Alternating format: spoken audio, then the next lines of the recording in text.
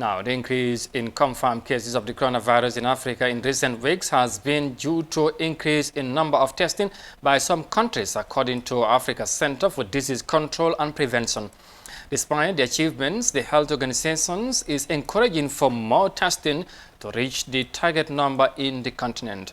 As countries began to ease COVID-19 regulations, the CDC has warned against complacency. Let's have more details of that in this report.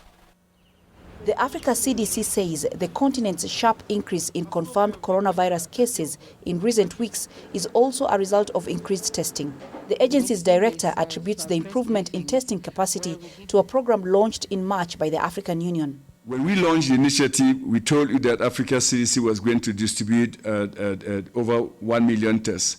I'm very pleased today to say that by the end of this week, we would have distributed 2.5 million tests.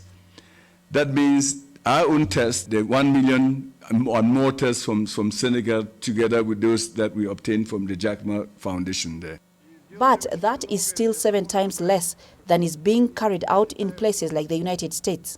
As a continent of 1.2 billion people, if our goal is to test 1% of our population, it means we have to test 12 million or to conduct 12 million tests.